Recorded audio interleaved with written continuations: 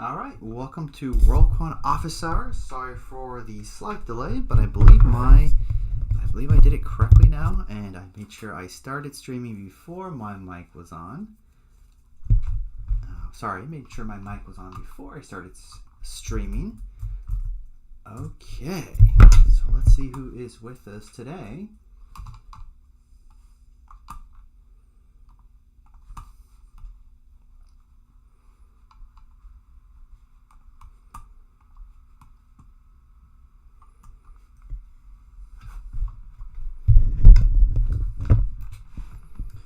So we see the usual names, right? People who come here very often. So I see Kevin, I see Akewande. Who else do I see here? Yeah, this is last office hours for the week. Well, last week of office hours. This is a lot. It is not the last office hours. It is the last week of office hours. And I notice my webcam feed is not on, so let me go ahead and turn that on.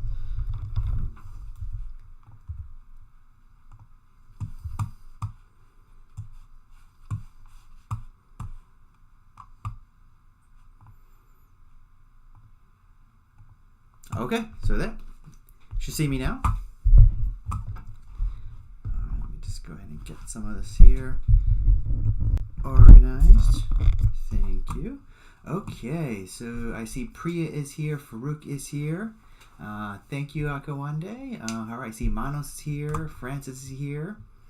Alright, Iris is here. Will you take Unit 2 also, Don? I don't know what the schedule is, whether I will lead office hours for Unit 1 or Unit 2. Who knows? But I am the voice behind those videos. So even if I don't do office hours, you get to hear my voice plenty in Unit 2. Alright. Let's see who else is here. I see Armin, I see Kevin, I see Bernard, Apruva, Shayan, Fabio. The last office hours is a Thursday, so office hours 32, that Thursday, which occurs from noon my time to 1 p.m. my time. That is the last office hours. We have 32 office hours throughout the program for each week. So this is the last week, but not the last office hours. All right, and I have to make sure my webcam is on so you guys can see me. I see Farouk asking if anyone is from Bangladesh. Okay. All right, cool. All right, guys, hope you had a good week. I had a good week. I was a little annoyed on the weekend. I had to deal with a clogged toilet, which no one likes. It was a bit stressful, but I got that fixed. Okay.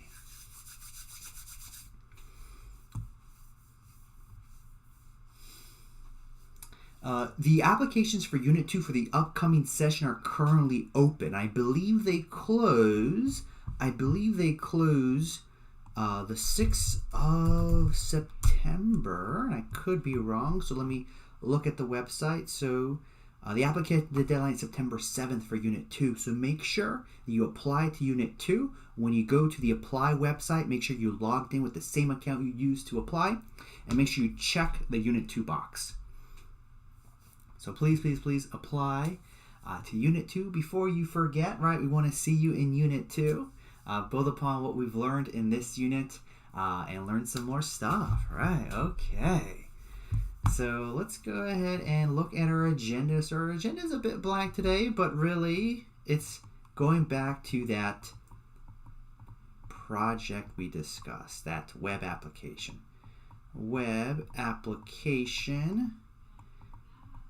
And then, if time permits, we're going to shift gears a bit and do an example of web scraping. Someone brought that up previously about web scraping. And let's get an example of web scraping. Let's get familiar with web scraping. What's it about? The principles behind it. Do a very simple example that we can kind of take home and expand on. Okay, so any questions we will have up front? Anything they want to throw on the agenda? It's the last week, so I have to do a bit of prioritization, but I am going through that backlog, making sure we answer those things, those topics that people brought up. So if you do want to see something, if you want something to be considered for the last week, please let me know. And then, of course, I will have to prioritize what makes sense our last couple office hours together. What is the honor certificates? You have to score a 0.9 average across all mini projects. That is how you get honors. Okay.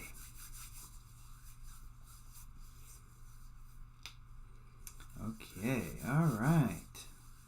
What does the symbol % mean when you load extension SQL? So GU is asking a specific question, which is good to know. And sometimes, let me show you that example. If I go into Data Course, and if I go into, let's say, data wrangling, and I go into, what is it, the SQL, the DSSQL notebook. And you might be wondering, okay, I see that weird % something. What is that all about? And every time in Jupyter Notebook, you see these % and some command, what that is doing, that is something that's, you're running a command that's specific to the notebook. Running a command that is specific to the notebook that's going to change the notebook environment. We're going to modify our notebook environment. And what it comes to play is there is a way in which you can run SQL queries directly in the cells of Jupyter Notebook.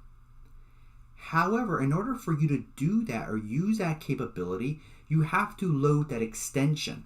So what this means, if we were to read it, it says load the extension SQL.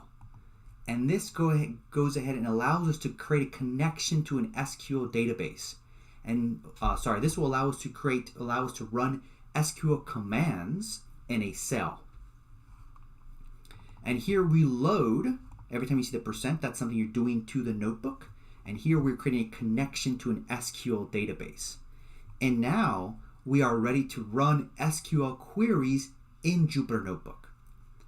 However, one last thing is you got to make sure that you tell Jupyter Notebook which cells are the ones that contain SQL queries. It's not going to guess. It's going to think anything you have in a cell is Python code. So that's why at the very top of these cells we have %% SQL. That tells Jupyter Notebook that, hey, we have the connection to the SQL database. However, every time you see a cell at the very top say %% SQL, that's telling Jupyter Notebook that this here isn't Python. It's rather an SQL query, so pass it to the database. Okay, so Kevin is saying my cells don't give me output when I run them. What could be the problem? So Kevin, is this does this happen to all the cells or certain cells? That might help me narrow down what the issue is. And is a particular example you can give me of the problem so I can better diagnose it? Let me go ahead and go on. I see Lisa is here. Hello, Lisa. Approva says, if we load SQL extension in Python files and run bash, would it still work, or is Jupyter Notebook? Yeah, so this right here is something specific to Jupyter Notebook. It's something specific to the Jupyter Notebook environment. However, there are ways in a Python file to make connections, to basically do what we're doing here. There are ways to do so.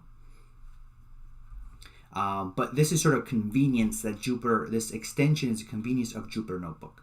So no, this would not work in a Python file. However, essentially what this is doing, it's making it easier for us to run SQL in the cells, but there is a way to do it in Python. There is a way in which we can import a package and run SQL commands in a Python file. And in fact, let's see. Yes, Fatai is saying basically what this is doing is making a connection to the database. It's using those connectors.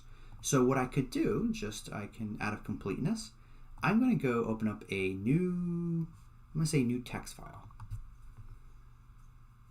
Okay, so Kevin, you run the cells one at a time. Is there a particular notebook where this is happening that you want to point out so I can better look at it? In fact, if you give me your username, Kevin, I can later on look into your pod. I have access to everyone's pod, by the way. That makes sense, right? You're the instructor, so you have to have access to everyone's pod. If you give me your username, I can investigate that problem and get back to you. So let's see, import SQLite. There is a Python package called SQLite 3, so let me go ahead and rename this. and I will say example SQL pi. And then what I'm going to do here is I'm going to say connection equals SQLite SQLite 3. I think it's called connect, and the problem with this environment here, it's not so convenient. I know what I'll do is I'll do this as a notebook, and then I can transfer it to a Python file. So let me do that. Probably a better thing to do. Okay. So I'm going to import SQLite.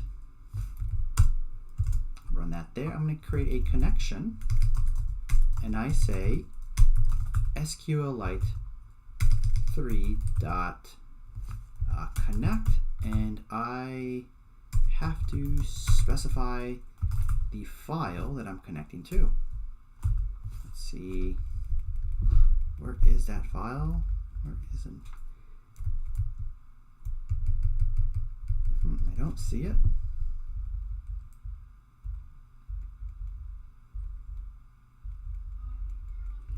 I thought we had an SQLite file here. Maybe we don't. I just figured we did. Well, it's connecting to something called testdb. Maybe it's not in data. Maybe it's just. Let me just check what files are here. We're running. I don't see that file. I thought there'd be a.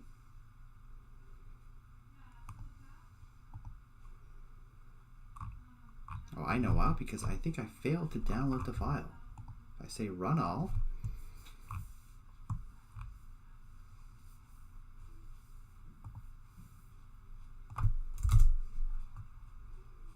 there it is. There is the file there.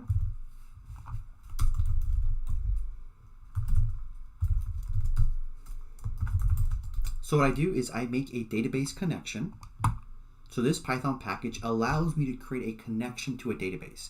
Specifically, allows me to create a connection to an SQLite database. And with that connection, I can use the query method and say something like select star from, and I don't know what the table name is there. I don't remember top of my head. I think we do it something like here. Let's take a look at what we do here.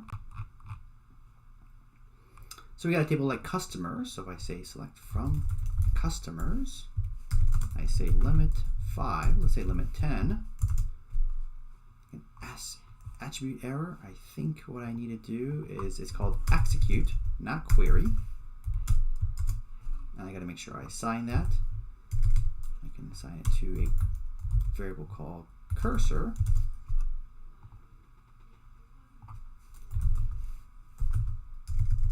I'm going to say for row in cursor, print row. Okay. So to summarize of what I did here is the question was, is there a way we can make a connection is there a way we can basically do what we did here, or run SQL queries in a Python file as opposed to Jupyter Notebook?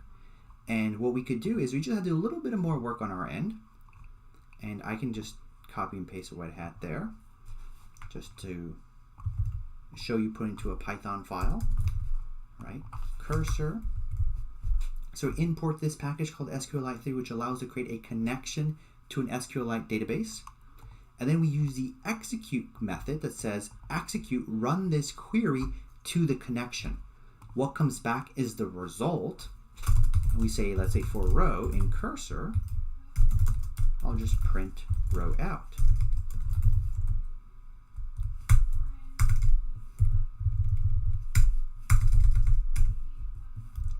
Indentation is correct. I'll save that. I'll go here to my command line. Looks like it's frozen for some reason, so I'll close that. Go new terminal.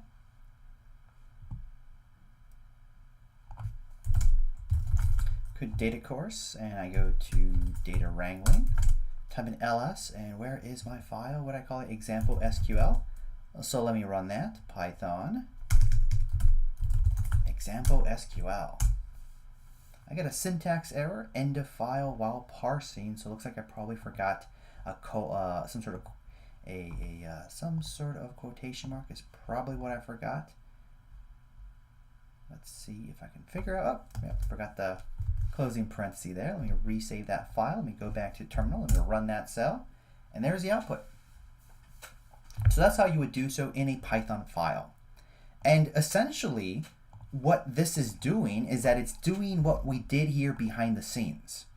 It's basically creating this connection variable, and it's taking the contents of the cell here, and it runs it through, basically, of connection.execute, and display the results in the output cell. So that load extension thing is just basically doing what we did here manually. It's doing what we did here behind the scenes for us. And now we can create a Python process that's communicating to an SQL database. So for example, we might have a web application where we might want to read from an SQL database. And no problem, we are allowed to do so. We have those capabilities in Python. Okay. All right, Kevin, I'm going to make a note of your username and I will investigate your problem. And if there's a particular notebook that you know for sure is causing problems, let me know. And that will be helpful as I try to fix this.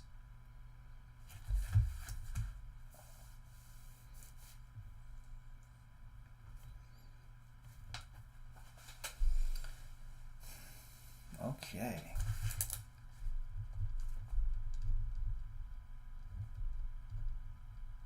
Any follow-ups people have? And from there, we'll dive into the web application.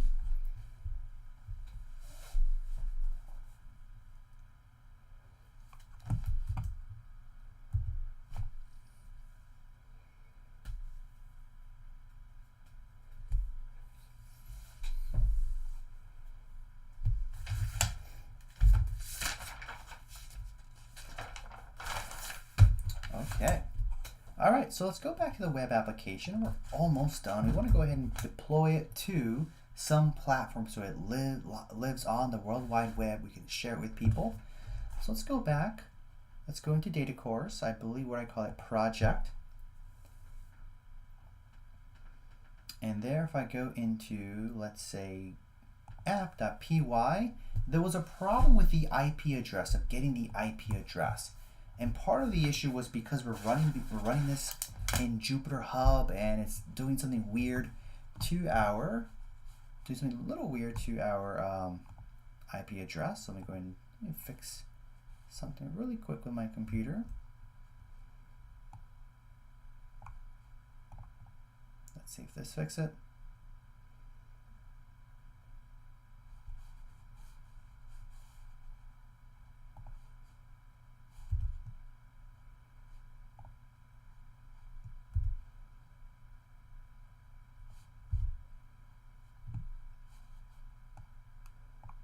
Not quite.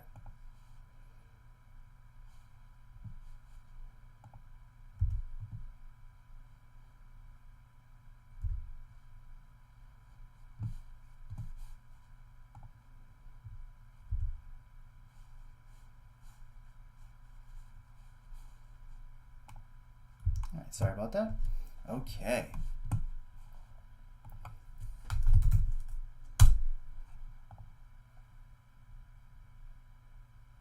Okay, and Kevin sends a PW mini project. I'll take a look at that. I'll put that in my notes.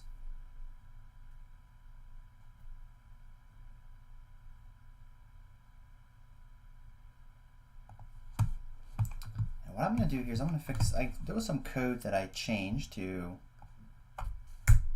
kind of debug, but I believe if I recall, what I need to do is this needs to say x forwarded 4. Okay. And let me go to a terminal, right? Let's go into a terminal. And remember that we passed this project under version control. If I type in git status, I can see what the files I have modified that are under version control. Someone's asking what OS I'm using. I am using Debian. I'm using Debian, which is a Linux distribution.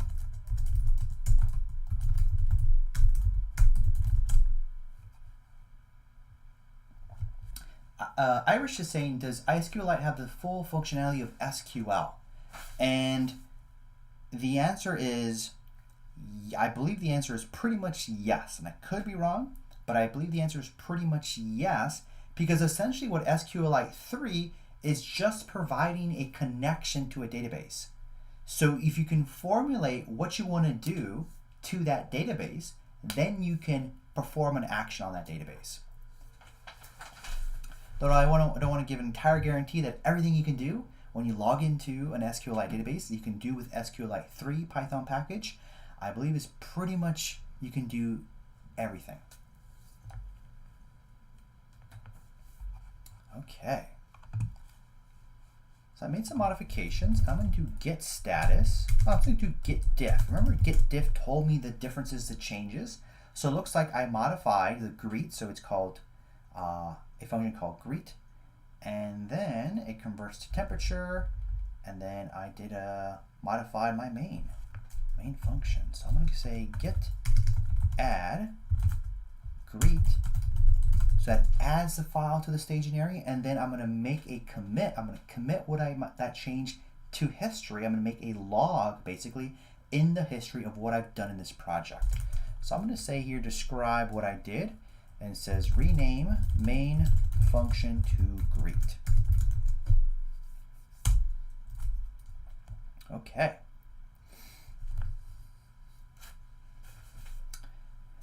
So let's talk about briefly, before we deploy, let's talk briefly about test-driven development.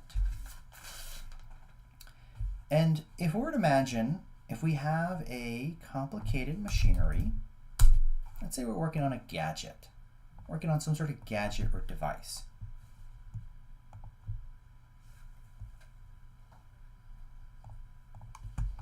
Let's say working on some sort of gadget or apparatus or device. So this is the box of our gadget we're working on, this machine, and it's got different parts. It's got multiple parts. And here's some sort of input, and here's some sort of output that happens, and there's connections between these parts. Right? Maybe these two parts are connected, maybe they're communicating with each other, and maybe this is communicating with this device here, and this here returns some output. And if we were to open this device and we wanted to fix a problem, maybe this process here is not working, or maybe we want to add something new. Maybe we want to add some sort of new device that will perhaps be interacting with this device here. Be some sort of communication. And this is basically an abstraction. We can open up this box, and there could be other small boxes or smaller units to it. And if we start tinkering with this, one thing that might happen is I might make some changes to one component that might affect how the other one works. You can imagine if you're some sort of mechanic, you go in there, you might bump your elbow against something, you might mess something up, you might change something temporarily to test something to make sure something works, but you fail to go and modify it again, you might mess things up. So what you do is, once you've made your change, you go through the parts and you make sure they work. You have specific tests for these individual parts, for these individual components. So you go in there, you make your modification, you make your fix, you add the new component, perhaps you modify it so it's more streamlined. Whatever you do, it'd be very nice for us to check that everything is up and running before we start using it.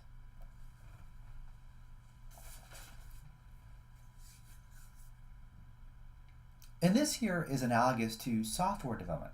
Working on a project, working on some sort of product we're working on. We don't want to add a new feature and then have that new feature break other old features. We don't want to go and fix a bug and have that create additional bugs. So what we want to do is every time we make a change to our code base, to our project, we want to run what are called tests. And tests are there to basically test whether our components work, whether our code works. And this is called test-driven development. Our development of our product or project is going to be driven by the creation of tests. We create a test. The process is we create a test. We first make that test fail. And the whole point is that we want to make sure our tests fail because we don't want our process to work by accident. We don't want to write a test that automatically passes even though we have something that's broken. So we're going to deliberately fail our first test. And then we make the change, we make the correction, and then we move on. And this is great because if I want to make some change later on and I modify my code, I make the modifications, but before I commit those changes or before I make those changes semi-permanent, not completely permanent, we can always modify things. Before we make those changes persist or commit those changes, we want to test our project. We want to run those suite of tests to make sure everything is up and running properly. So let's do that for just a very small component of our project, just to get a taste of what we need to do. But are there any questions about test-driven development right now?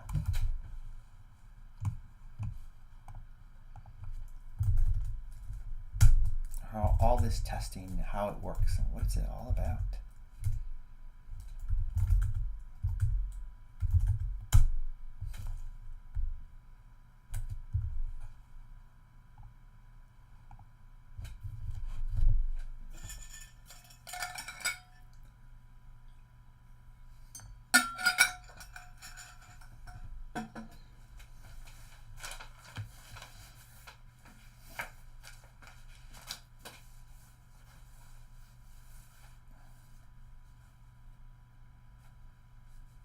Okay. I'm going to go back here to the terminal, and since I'm going to go back to my project, I have to make sure I activate my virtual environment. And remember that virtual environment was a Python environment that we created to specifically be tailored to our application. We don't want to specify our system's Python installation. We don't want to specify our system-wide Python installation. We've created a separate Python environment for our project. So essentially when any test, I'm reading a question here in the chat, so essentially when any software is having an update, it means the code and their tests are being updated. You can imagine if you see that we are updating some software, what they're essentially doing is they're adding a new feature and they are testing the new feature. And they're making sure they're writing new tests for the new feature. In fact, what it looks like, if I were to sketch what it is, remember this whole idea of version control, where we are logging changes to our code base. And every dot is a packaged set of changes. In Git, we say commit, we add and we commit. That's what each of these dots represents, a commit to history, a log into history. And you can think of what's happening is that at this point here, we call this the main branch. The main branch. You can think of it as the deployment branch. If this were to be some sort of phone application, this right here at the very tip is what gets installed when you install that software on your phone. And if we're going to make a new feature, what we do is we make a branch. We branch off. And we're making changes to our code base, but notice we're no longer making those changes to the main branch. We are making those changes to a development branch.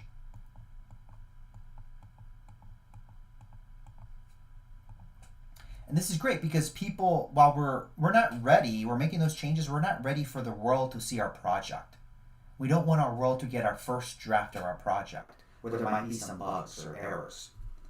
So we work on the development, we add those tests to the new features, that test that corresponds to the new features. When everything is up and running, whenever we think everything is correct, our tests are passing, and we think we've dotted every I and crossed every T, then what we do is we merge in this branch. We merge it in to the main branch.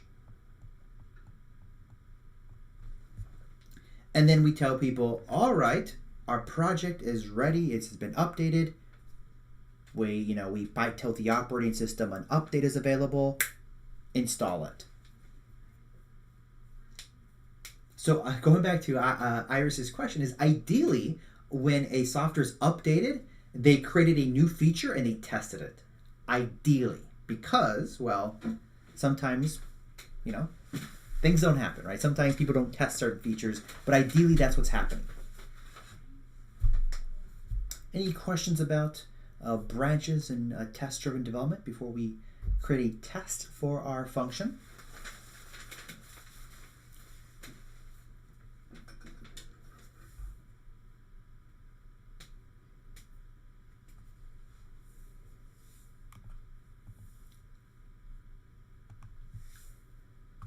So we're going to go into this requirements.txt file, and we're going to include another package called PyTest. And PyTest is a Python package that makes unit testing easier. Makes it easier to do unit testing. Python has a built-in library for unit testing, but it's a little harder to use. A lot of people like PyTest. It's easier to use. It's a third-party package, so we have to install it. So I've updated my requirements.txt to include PyTest. So I include PyTest, I hit save. Let me go back here. And remember that requirements.txt is being tracked. So if I look at get status, it looks like I haven't added requirements.txt to my project. I need to add that file. I didn't add that file. I thought I did, but it looks like I did not. So I'm going to add requirements.txt. And I say git commit. I'm going to say add requirements. Remember that message, that -m represents a message, what gets logged into the record. So we'll say this commit, what it does, it adds the requirements.txt. And yep, there you go. Oh, looks like a little laggy. My connection is a little laggy and I made some typos. It's really laggy today for me. Oh, wow, really laggy.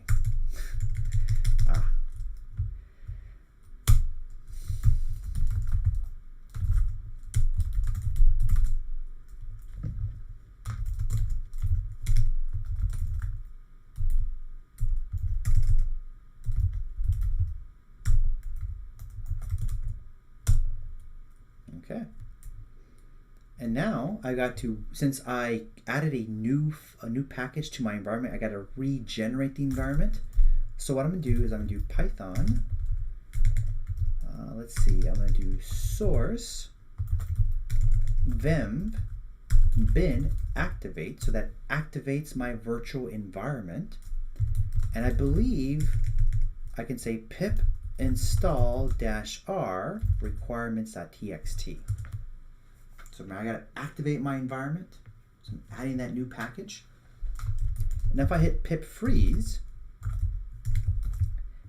shows all the packages installed in my environment, and one of those should be PyTest. So and sure enough, I've installed PyTest in my environment. Okay. So what I'm going to do is I'm going to go back to the terminal. I'm going to create a new folder called tests. Create a new folder where I'm going to have all those tests, contain all those files for those tests. So I cd into tests, and I go into data course. Let me create that new file. I go here, I say new text file.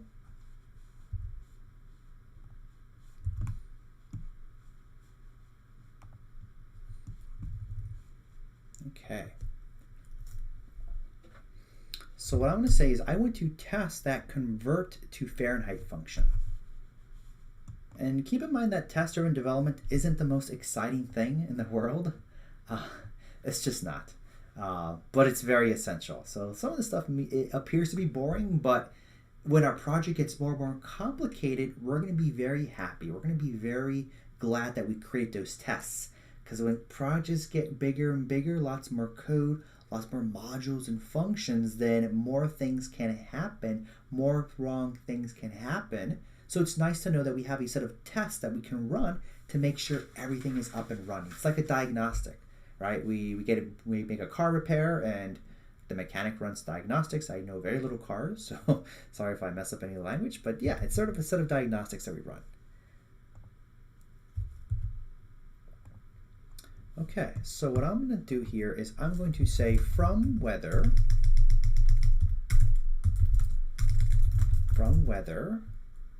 underscore app, I'm going to import the greeting function. I think I called it greet. I'm going to rename this. I'm going to rename this to test greet. I should rename it as py, so it recognizes as a Python file.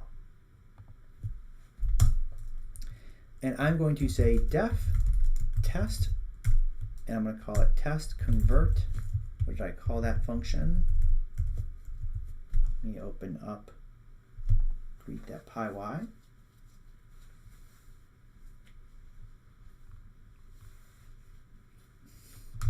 Convert too far. Okay. Test convert too far.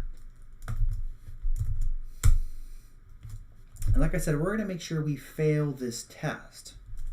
So I'm going to assert that 100 degrees Celsius, 100 degrees Fahrenheit is equal to import from weather app, not import greet, but import convert too far. Sorry about that, I'm importing the wrong function.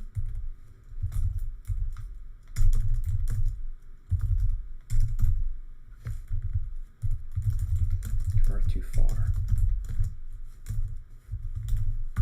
And 100 degrees Celsius isn't 100 degrees Fahrenheit, so this test should fail. I'm going to hit this save here. If I go back, I'm actually going to make things a little simpler, so I'm actually going to move that file outside of the testing directory. And the reason why I'm doing that is because, well, it's just one function. We can go ahead and change the location of things. Okay, so please elaborate if the commands are OS dependent. I thought the codes and commands should be OS independent since they are all run on the web console. If you're running this in Jupyter Hub, in our Jupyter Pod, then everything that I'm writing out should be the same. If you're following along on a different operating system like Windows or Mac, especially Windows, it's going to be different. So everything that I'm writing out here should run on your pod. If you get a specific error, let me know, because you might have been a step that you missed, but be the same commands on the pod. Okay, so I'm going to do ls, run console, type in ls in the chat. So ls, all right, so I'm going to cd up, so that changes my directory. I'm one up. So now in project, I'm going to move tests, move that file test greet to our current location. So if I type in ls, I see the test greet Python file. And what I'm going to do here is really what I should do is I'm going to make a new branch. I'm going to say get checkout and call it add tests. So get checkout -b add tests. What I'm doing is I'm creating a new branch, and I'm going to call that branch add tests. The whole thing is where, and typically in software development, what you want to do is any changes should be made on a different branch. Once those changes are ready to be merged, then you merge it into the main branch. So get checkout, add tests. And then what I'm going to do is I'm going to say pytest and hit enter. Okay. No module found weather app. So it looks like I made some mistakes, so no problem. Just close some of the stuff here. All right, let me close that. Test greet was moved. Let's open up test greet. From weather app, I didn't call it weather app, I called it greet. So from greet, import convert too far. So I made a mistake there. Hit save. Then let me go back to the terminal. Let me run PyTest again. I got an error. So this says, hey, wait a minute. When I say assert, what I'm basically saying is the thing that's after assert has to be true. I'm saying the right-hand side has to be true. But it's not. It looks like 112 isn't 100, so it looks like I failed. My test failed. Which makes sense because 100 degrees Celsius isn't 100 degrees Fahrenheit. It's 212. Okay, so let's go ahead and fix my test. So I go back to test greet, and I'm going to fix this. So I'm going to say for temp C in, let's see, a couple of temperatures we want to test. Let's say 40 degrees, negative 40 degrees Celsius. Let's say we want to test 0 degrees Celsius and 100 degrees Celsius. And we call temp F, which is a true answer. So negative 4 degrees Celsius is surprisingly, well, not surprisingly, but it's a little surprising. It's negative 4 degrees Fahrenheit. 100 degrees Celsius is 32 degrees Fahrenheit. And then 100 degrees Fahrenheit is, 100 degrees Celsius is 212 Fahrenheit. So I call this temp Fs, and I'm going to call this temp Cs.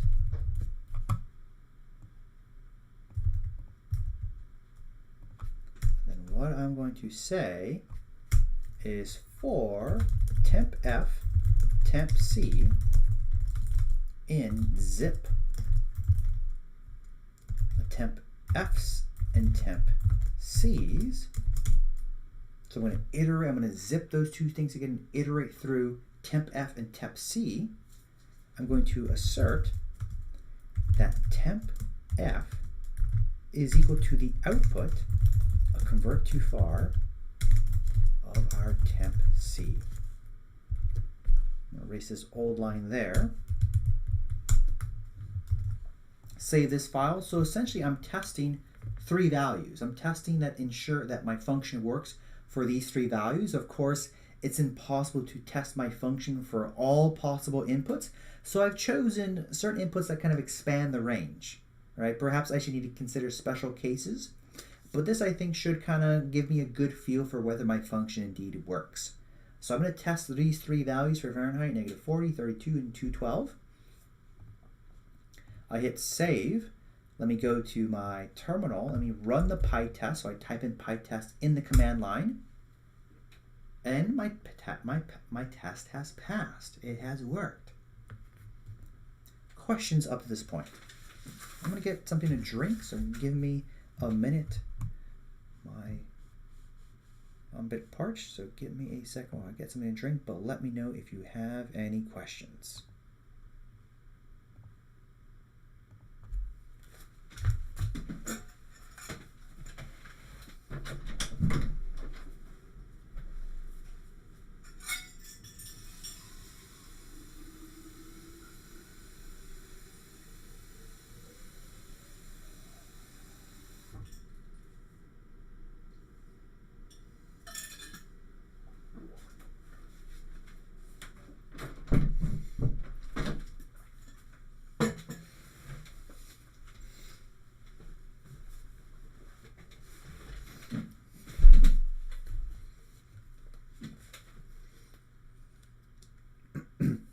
All right, let me know if you have any questions of what we've done so far.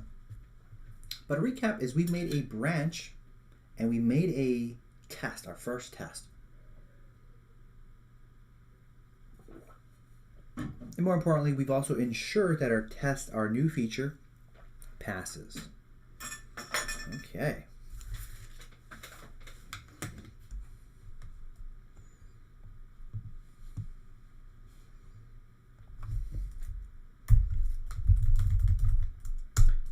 All right, so we've added that new feature, so we should go ahead and add that test to our project. So we need to git add test greet, and we commit, and our commit message will be add a test conversion to Fahrenheit.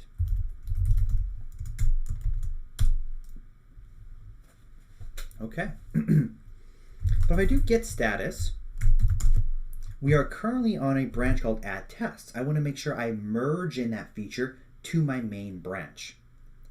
So I'm going to say git checkout. And sorry if I've been noticing, I noticed I'm going a little fast on how I type these commands since I've had a lot of experience with this. So sorry about that. I'll do a little slow, but a little slower. So git checkout.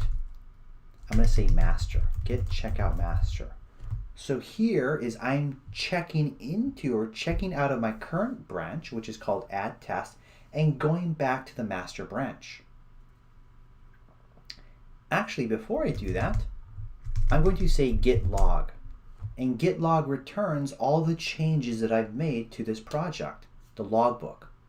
At the very top, I see the latest log, which is called test, which is test conversion Fahrenheit. So keep that in mind. Notice at the very tip of my logbook, at the very end of my logbook, however you want to view it, I have this commit that says test conversion Fahrenheit. Typing Q to exit that view, and I'm typing git checkout master. So now I am back to the master branch. I switched back to the master branch. So I see that message, and I'm typing git log. But notice that commit message that I saw earlier isn't there. Why do you think that commit, I think I called it tests conversion of Fahrenheit, why do you think that isn't included when I say git log on the master branch?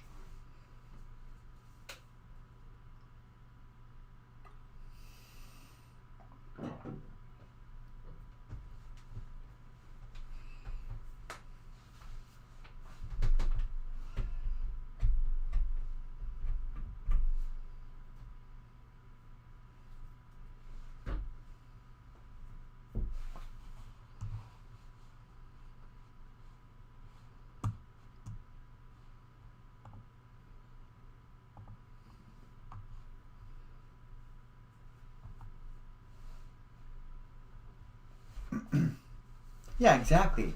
Windows says because we didn't merge. Oh, looks like my laptop's about to die. So if you give me 2 minutes to get my charger, that'd be great. So sorry about that. Looks like I gotta get my charger. Hold on.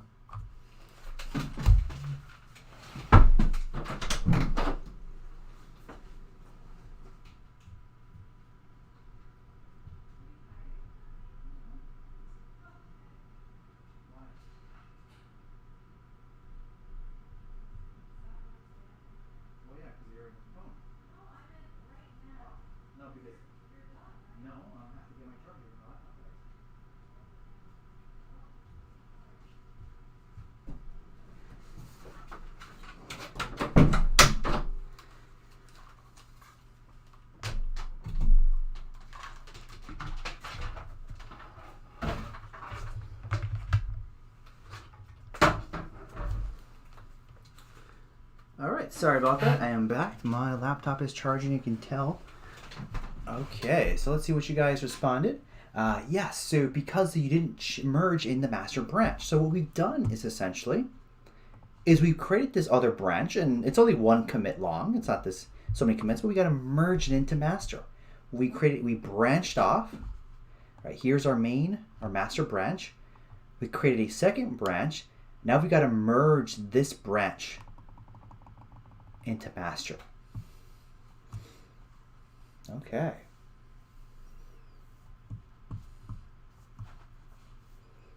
So we go back to the command line right here, and the way to do that, we say git merge, and we're gonna the name of our branch, which was called add tests. Okay. So notice it gives us a summary of what happened. It says I've added this file, and it added 9 lines to my project. So one file change with 9 insertions. So 9 lines were added to my code base. And now if I type in git log, there's my test. There is the commit message.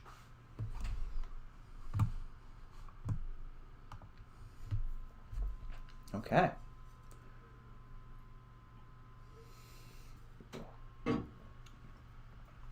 So now I believe our code is ready to be deployed.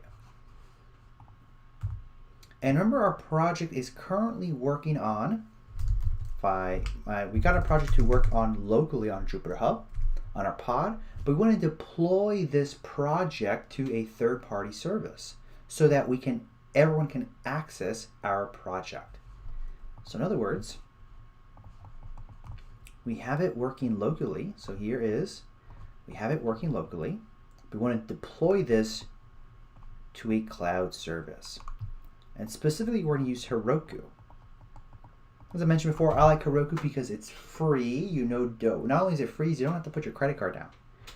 So you get free 5 applications. Of course, they don't give you as much resources because you're the free tier. It's a great way to experiment to learn these techniques.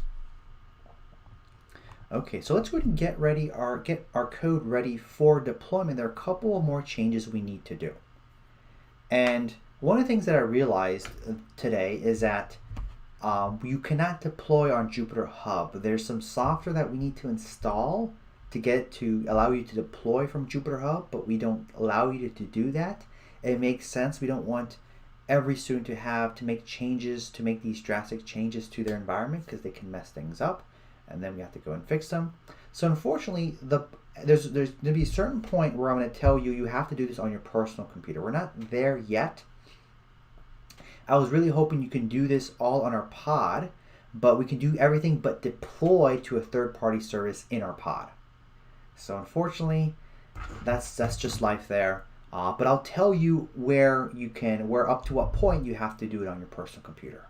But so sorry about that. But let's go ahead and move on. So to deploy to Heroku, I need a couple additional files. I need a requirements.txt. Requirements.txt file. I need to tell Heroku what are the packages that need to be installed for my Python process, for my Python application. Because what Heroku is going to do is says, okay, you want your project to run? All right, well, tell me what are the Python packages you need for your application. And that's going to go into the requirements.txt file, but we already created that file in making our virtual environments. So good, we've checked that from our list. We have a list of packages to install.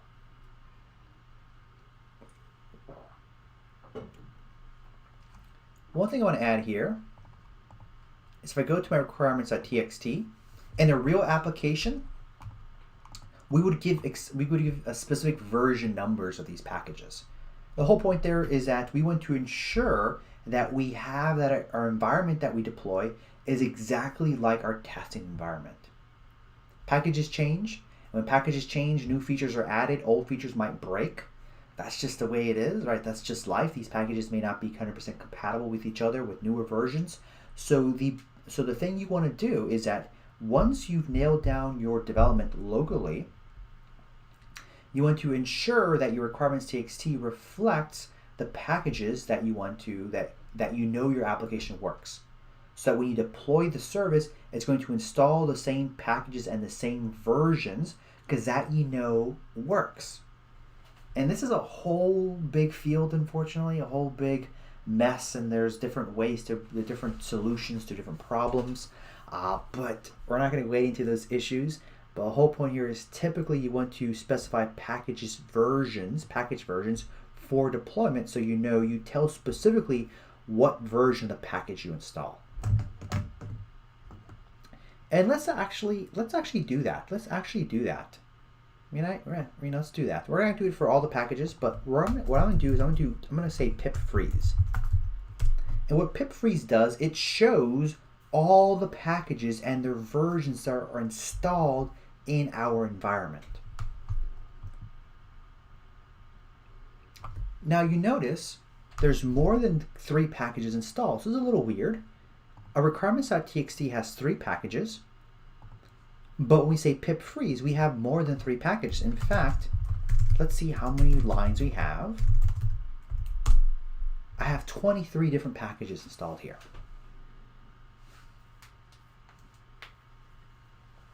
And the reason why there's more packages than we initialize is because what happens is when we install the request package, that package requires other packages. So those requirements get installed with it. We install Flask, but guess what? Flask is a pretty big package. It needs other packages, so it installs all the packages needed for Flask. And the same thing with PyTest. So we're going to do this a little bit. What we're going to do here is we're going to go and look at the packages we exactly specified, and we're going to write down their version numbers. And we're going to go back here and we say Flask equal the version. Let's look at requests. Request equal 2.2424, that version of request. We'll copy that. And PyTest, where that's the version we installed, so let's copy.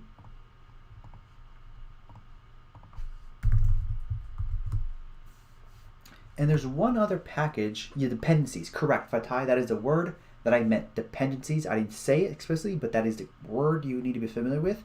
These packages have further dependencies. All right, our package, essentially what we're doing, has dependencies, these 3 dependencies directly, but there are sub-dependencies for our application.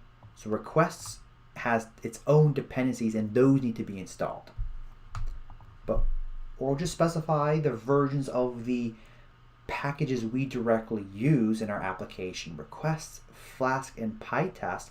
And there's actually one other application, one other package we're going to install, and that's called Junicorn. And I think the current version of Junicorn, let's say Junicorn, it's a weird name, green unicorn is what it stands for.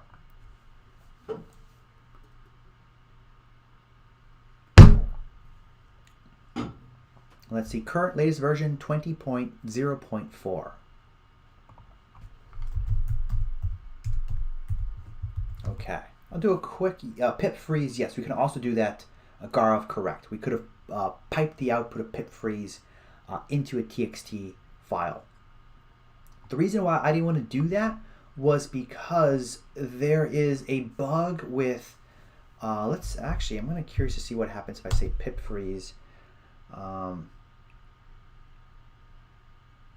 Let's see, there is a bug with, and it might have been fixed. I think it's called, nope, okay.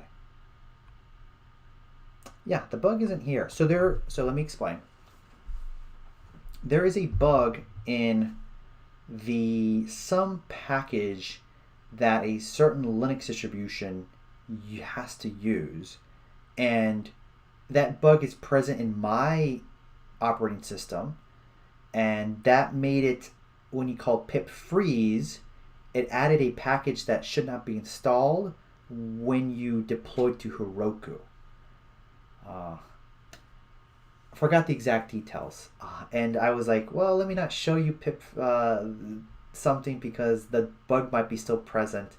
But Gaurav is correct that typically one thing that people like to do is that they say pip freeze, and then that arrow sign says direct the output to a file. And this here, then we have this entire file of all those packages specified. And with that, if we have the requirements, our requirements of TXT file with all the dependencies with the versions specified, then we can better guarantee that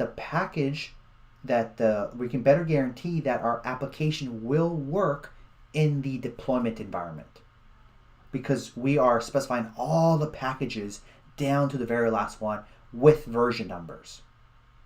So there are no differences. Like I said, this whole field gets a little messy. It gets stressed people's out. There's different solutions, different things. Unfortunately, So there's as Gaurav was indicating, this bug also is working with TensorFlow GPU. Bugs happen, right? We just have to deal with it. But nonetheless, I specified these packages, and I specified this one called Junicorn. And what Junicorn is, we read their website. It's a Python web WSGI. It's Web Service Gate Interface. Basically, it's a package that's going to handle the requests coming into our application. And Flask has a built-in WSGI, a web service gate interface, but Flask says you shouldn't use our web service gate interface for deployment, for production. You should use something that's better, that's more secure. Junicorn is one such solution. And all the codes can be found in GitHub Correct. If you recall, and I'll post it up again, is what I'm doing is I have placed this code in my personal GitHub repo. I have a repo here. Let me go ahead and paste it in the chat so you guys have it once again. The code is all there. And I'll make some changes as time goes on. Yeah, so Junicorn is the deployment version of the web server's gate interface. That is correct. If you recall, when you deploy Flask locally, it says warning. You should only use this for testing and so forth. You should use something for production. You should use a different web server gate interface for production. One of those ones is Junicorn. So that's what we're going to use, Junicorn. Okay. So with that said, the other file we need to create is we need to create a runtime txt. I know I'm going a little over. So if you don't mind, I'm going to go a little over. I want to make sure at the point we wrap this up for today. Runtime txt. And with this file, essentially, this file is what Heroku needs to tell it what is the environment it's going to run the application. In other words, is it a Python environment? Is it a Ruby environment? Is it a Java environment? If it's a Python environment, can you tell me what version of Python you are using? What Heroku wants is a text file that it's going to look up and read and say, that's the environment that the application will run in. So let's go ahead and create that file. So I'm going to go ahead and say new text file. It's just a text file. And we specify the Python version we are using. And I believe, forget what version we're using, but I'm going to say Python 3.85. I think that's the version we're using. I could be wrong. I can probably look it up. In fact, let's do that. If I say Python, that's 3.7.3. So it makes sense. It makes sense that we want to be consistent in that we know the application works in our specific version of Python. Yes, it probably will work for more modern, the latest version, 3.8, I believe is the latest, or maybe 3.9 when we came out. But we want to be consistent. We know it works for 3.7.3. Let's make sure we specify that that's the environment.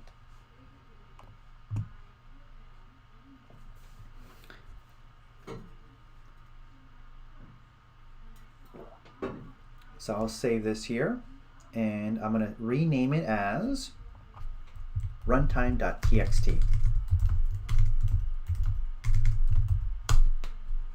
Okay. And file new. And the last file that we need to create is called a proc file. And this once again is a file that Heroku needs. So we give Heroku a requirements.txt file that tells the packages that needs to install. We give it a runtime txt file that says what is the environment we're running our application in, Python, the specific version of Python we want to run. The last thing we need is a proc file. And that proc file will tell Heroku what type of process we're running, but also how to execute that process.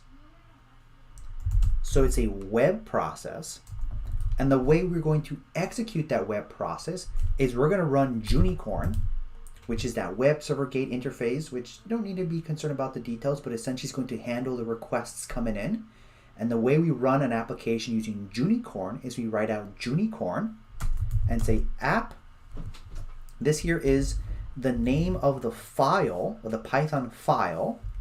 An app, that colon, what follows the colon is the name of the object in that file of our application.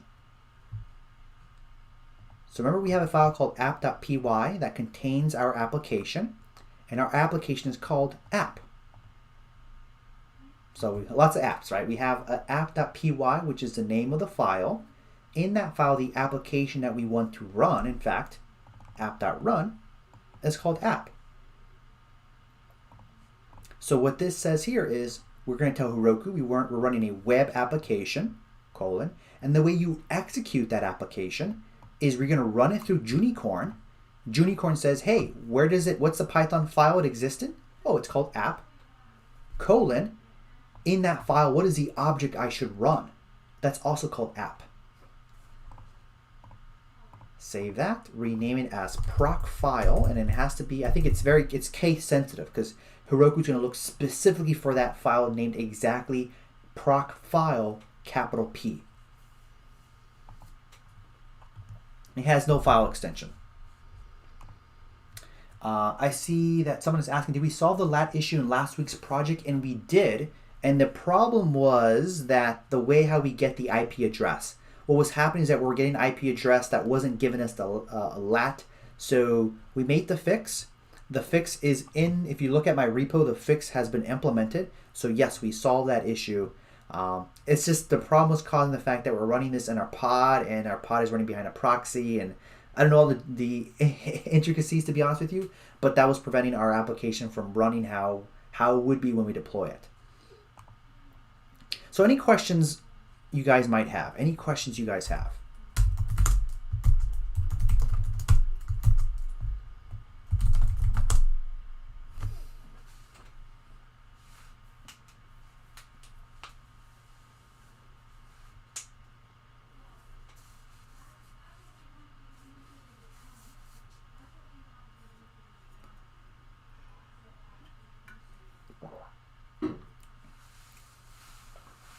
Okay.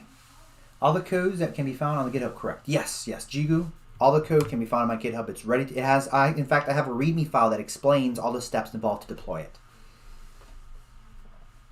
All right, Irish is saying, how well versed do you think data scientists should be in software development?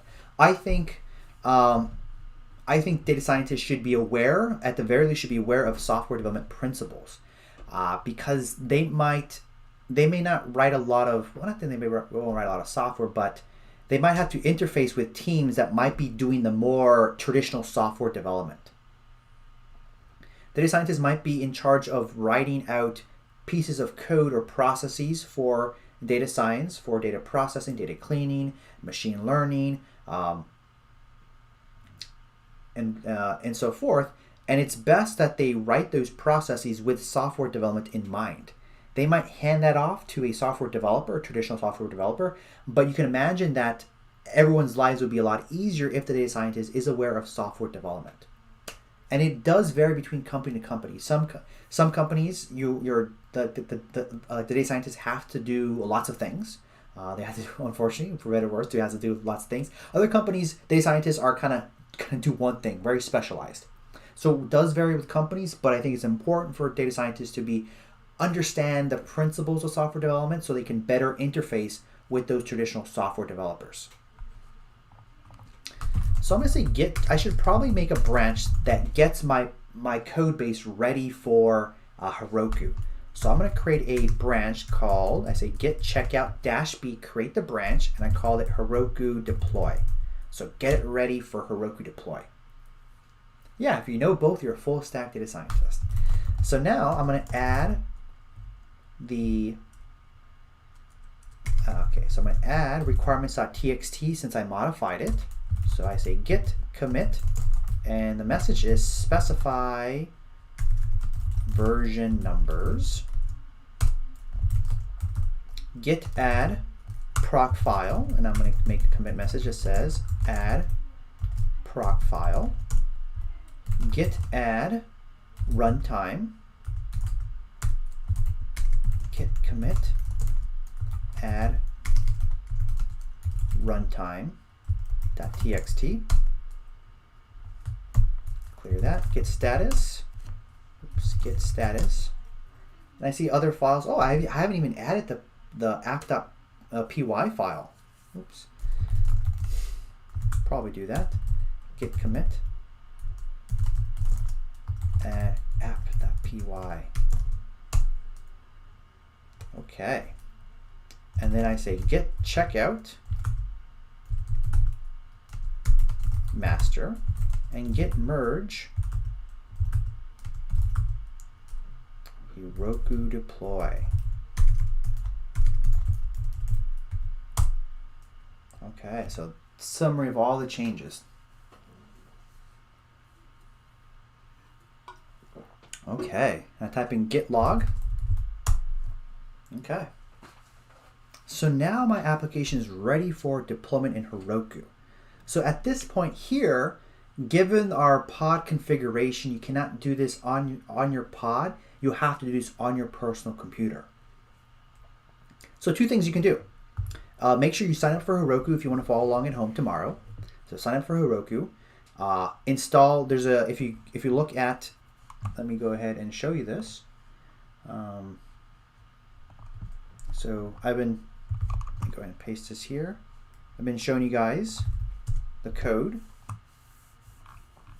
So here's the code to get things to run.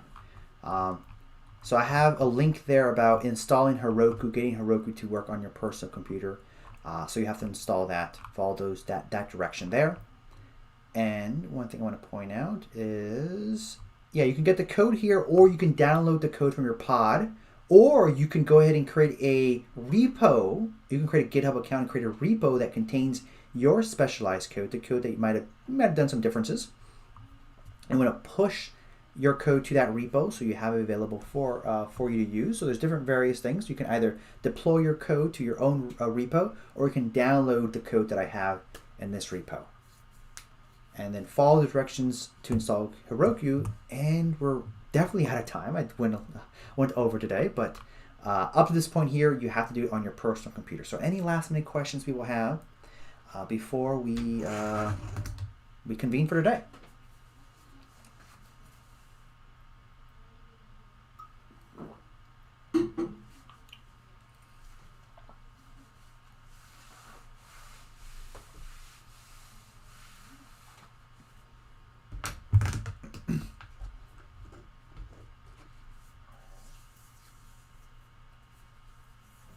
Please consider changes that you want to do or new features you want to do.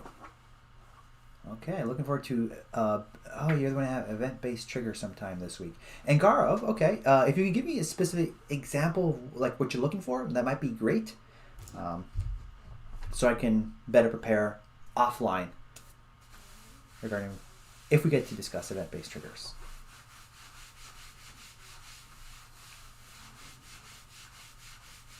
I almost feel like we need another week of Worldcoin office hours just for this extra stuff.